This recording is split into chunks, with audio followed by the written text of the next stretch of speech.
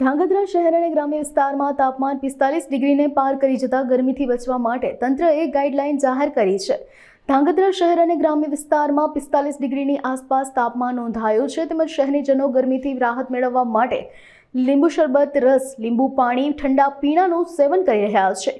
આવનાર સમયમાં ગરમીનો પારો વધુને વધુ ચડે તેવી પણ ભીતિ સેવાઈ રહી છે। ત્યારે સરકાર દ્વારા ગરમીથી બચવા ગાઈડલાઈન જાહેર કરાઈ છે। સરકારી હોસ્પિટલના ડોક્ટર કમલેશ ધરેજિયાએ જણાવ્યું હતું કે ગરમીથી બચવા માટે બપોરના 12 થી સાંજના 5 વાગ્યા સુધીની ઇમરજન્સી કામ વગર ઘરની બહાર ના નીકળવું જોઈએ। તેમજ સગર્ભા મહિલા અને બાળકોએ બંને તેટલું પાણી વધારે પીવું અને ભૂખ્યા પેટે ના રહેવું જોઈએ। બને ત્યાં સુધી તડકામાં ન જવા સલાહ આપવામાં આવી છે।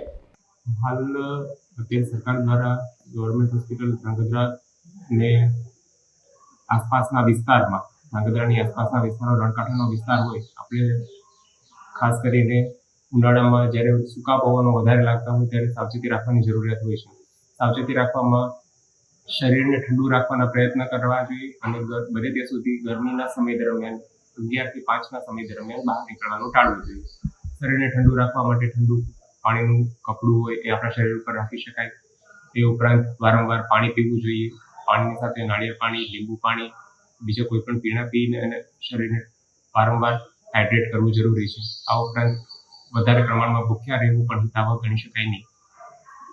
અત્યારે સુતરાઉ અને એવા હળવા રંગના કપડાં પહેરીએ તો જેથી કરીને વધારે તડકો લાગવાની શક્યતા પણ ઓછી રહે। આ ઉપરાંત મહિલાઓ, સગર્ભા મહિલા હોય, બાળકો હોય, અશક્ત હોય, વૃદ્ધો હોય, આ લોકોએ બને ત્યાં સુધી હીટવેવના પીક સમય દરમિયાન બને ત્યાં સુધી બહાર નીકળવાનું ટાળવું જોઈએ।